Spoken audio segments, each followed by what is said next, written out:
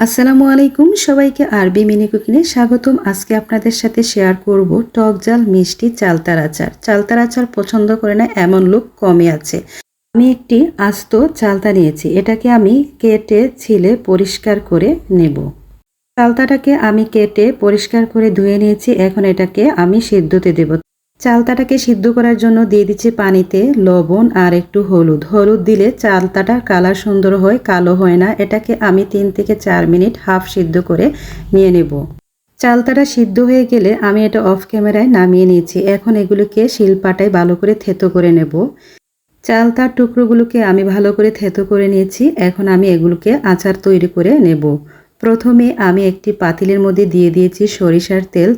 আরও একটা ফ্লেভারের জন্য দিয়ে দিচ্ছি এখানে রসুন। রসুনটাকে আমি ভালো করে ভেজে তার মধ্যে দিয়ে দেব চালতার টুকরোগুলোকে।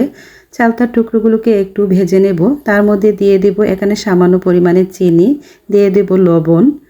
সব রকমের মশলা দিয়ে তৈরি করেছি একটা ফোড়ন, আমি এই ফোড়নটা দিয়ে দিচ্ছি। ফোড়নটা দিয়ে ভালো করে মিক্স করে নেব। আচারটা একদম মাখা মাখা হয়ে গেছে। এখন আমি আরেকটু মরিচ দিয়ে দেব, কারণ ঝাল না হলে আচার খেতে ভালো লাগে না।